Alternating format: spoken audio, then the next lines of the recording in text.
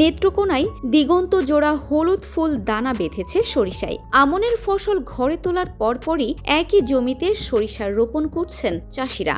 সদর উপজেলা সহ হাওর বিস্তৃত মদন, মোহনগঞ্জ ও কলমাকান্দায় চলতি বছর ভালো ফলন হয়েছে। স্বল্প পুঁজিতে সরিষা আবাদ করে লাভবান হচ্ছেন কৃষক।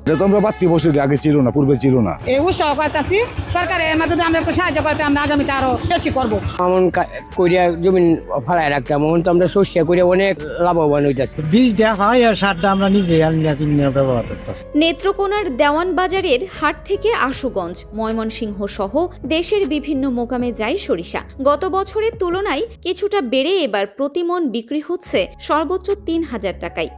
বেশি আছে, ১০০ টাকা মনে বেশি আছে, ১০০ টাকা বা ৮০ টাকা এরকম বেশি আছে। ২৫০০, ২৬০০ বিদা মাল সরিষা আর শুকনাটা ৩,০০০, ৩১০০ টাকা বাজার।